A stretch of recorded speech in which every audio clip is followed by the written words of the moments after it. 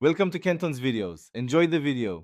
You begin by ensuring the essentials: a GitHub repo with a clear branch strategy and code that builds. Once done, enable GitHub Actions and add required secrets so credentials aren't in code.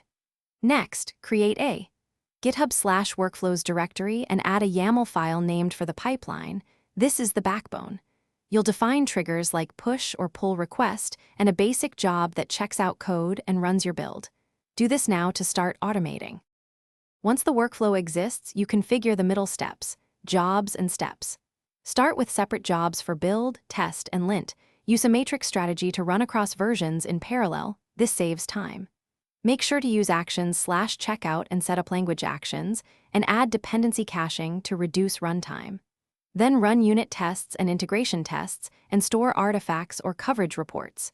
By splitting responsibilities and caching dependencies, you keep runs fast, and to finish, add deployment steps that run on tag creation or merges to protected branches. Use environments with required reviewers and approval gates to control releases.